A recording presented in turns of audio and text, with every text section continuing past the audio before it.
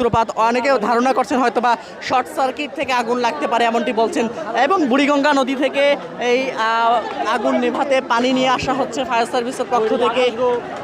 বেশ কয়েকটি এখানে যে ঘরবাড়িগুলো রয়েছে সেগুলো কিন্তু পুড়ে একদম ছাই হয়ে যাচ্ছে তেমনটি কিন্তু আমরা দেখতে পাচ্ছি। পাশে যে বিশাল একটি বহুতল ভবন, আবাসিক ভবন বহুতল, সেটিও কিন্তু পুড়ে যাচ্ছে এখন তেমনটি কিন্তু আমরা দেখতে পাচ্ছি। তবে এখন পর্যন্ত এই আগুনে কি পরিমাণ ক্ষয়ক্ষতি হয়েছে বা কেউ আহত হয়েছেন কিনা সেটি এখন পর্যন্ত নিশ্চিত করে বলা যাচ্ছে না। এবং আমরা দেখতে পাচ্ছি যে এই যে ভবনটি থেকে ফায়ার সার্ভিস কর্মীরা আগুন নিয়ন্ত্রণ করছেন, সে ভবনের একটি তলা কিন্তু ধসে পড়ছে তেমনটি আমরা দেখতে পাচ্ছি। যেহেতু ভিতর থেকে আগুন জ্বলছে, দাউ দাউ করে আগুন জ্বলছে, সে আগুনের যে লেলিহান শিখা, যে তাপ, সে আগুনের লেলিহান শিখা, সে তাপে কিন্তু আমরা দেখতে পাচ্ছি যে ভবনের যে একটি তলা সেটি কিন্তু ধসে পড়ছে তেমনটি কিন্তু আমরা দেখতে পাচ্ছি। এবং দেখতে পাচ্ছি যে